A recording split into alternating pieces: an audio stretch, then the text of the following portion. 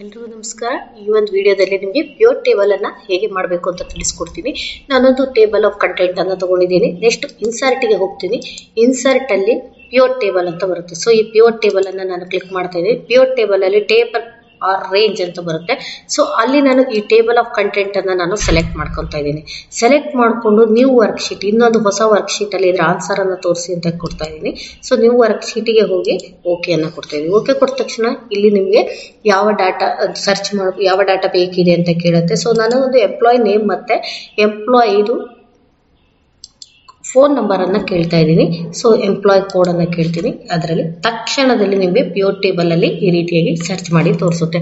So ನಿಮಗೆ search ಮಾಡಿ ತೋರಿಸಿ ಇನ್ನು ಬೇರೆ ಏನಾದರೂ ಬೇಕು ಅಂತ ಇದ್ರೆ ಇಲ್ಲಿ ನೀವು ಸರ್ಚ್ ಮಾಡಬಹುದು. ಮತ್ತೆ ಎಷ್ಟರನ್ನ ಬೇಕು ಅಂತ ಇದ್ರೆ ನೀವು ಸರ್ಚ್ ಮಾಡಿಕೋಬಹುದು. ಇದಕ್ಕೆ ಪ್ಯೂರ್ ಚಾರ್ಟ್ ಅನ್ನ ಕೂಡ ಅಪ್ಲೈ ಮಾಡಬಹುದು. ನೋಡಿ, ಪ್ಯೂರ್ ಚಾರ್ಟ್ ಅನ್ನ ಕೂಡ ಅಪ್ಲೈ ಮಾಡಿ ಇದನ್ನ ಓಕೆ ಕೊಟ್ಟರೆ ಪ್ಯೂರ್ ಚಾರ್ಟ್ ಕೂಡ ಅಪ್ಲೈ ಆಗುತ್ತೆ. ನೋಡಿ, ಇಲ್ಲಿ ಪ್ಯೂರ್ ಚಾರ್ಟ್ ಅನ್ನ ಕೂಡ ನೀವು ಅಪ್ಲೈ ಮಾಡಬಹುದು.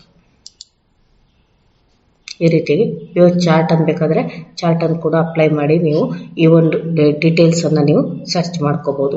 ಈ ರೀತಿಯಾಗಿ ನೀವು ಪ್ಯೂರ್ ಟೇಬಲ್ ಅನ್ನ ಬಳಕೆ ಮಾಡಬಹುದು MS Excel ಅಲ್ಲಿ. ಮುಂದಿನ ಒಂದು ವಿಡಿಯೋ ಜೊತೆ ಬರ್ತೀನಿ. ಅಲ್ಲಿವರೆಗೂ ಟೇಕ್ ಕೇರ್.